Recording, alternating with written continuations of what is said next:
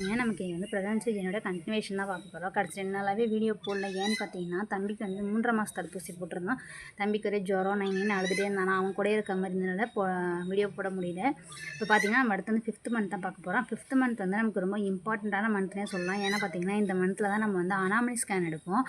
Anomaly scan அப்படிங்கிறது வந்து 18லேருந்து 22 வாரத்துக்குள்ளே எடுப்பாங்க. இந்த வாரத்தில் பார்த்தீங்கன்னா, குழந்தை ஃபுல்லாகவே வளர்ந்து எல்லா பாடி பார்ட்ஸுமே வந்து ஒரு அரை குழந்தைன்னு சொல்லுவாங்க. எல்லா உறுப்புமே வந்திருக்கும். இந்த ஸ்கேன் ஒரு டீட்டெயில்டான ஸ்கேனுன்னே சொல்லலாம். குழந்தையோட எல்லா பாகத்தையுமே பார்ப்பாங்க. ப்ளஸ் வந்து அனாமலி ஸ்கேன் ப்ளஸ் ஃபெட்டல் எக்கோன்னு சொல்லுவாங்க. உள்ளே இருக்கிற குழந்தையோட ஹார்ட் ரேட் வரைக்குமே இந்த ஸ்கேனில் வந்து பார்ப்பாங்க. இது ரொம்ப முக்கியமான ஸ்கேன் இந்த ப்ரெக்னன்சிலேயே. அடுத்து பார்த்தீங்கன்னா, இப்போ நமக்கு இந்த 5வது மாதத்தில் வந்து அயன் கால்சியம்லாம் நமக்கு ஒரு டேப்லெட் கொடுக்க ஆரம்பிச்சிருவாங்க. அயன் டேப்லெட்டையும் கால்சியம் டேப்லெட்டையும் பார்த்தீங்கன்னா ஒரே டைமில் எடுக்கக்கூடாது. அயன் காலைல எடுத்திங்கன்னா கால்சியம் வந்து சாயந்தரத்தில் தான் எடுக்கணும். அயன் எடுக்கும்போது விட்டமின் சி ரிச்சான ஃபுட்டையோ இல்லை விட்டமின் சி டேப்லெட்டையோ எடுத்தோன்னா நமக்கு வந்து ரத்த அளவு வந்து இன்னும் சீக்கிரமாகவே அதிகமாகும். இப்போ பார்த்திங்கன்னா இப்போ லெமனு இந்த மாதிரி புளிப்பான பொருள் எல்லாத்துலேயுமே வந்து விட்டமின் சி வந்து ரிச்சாகவே இருக்கும்.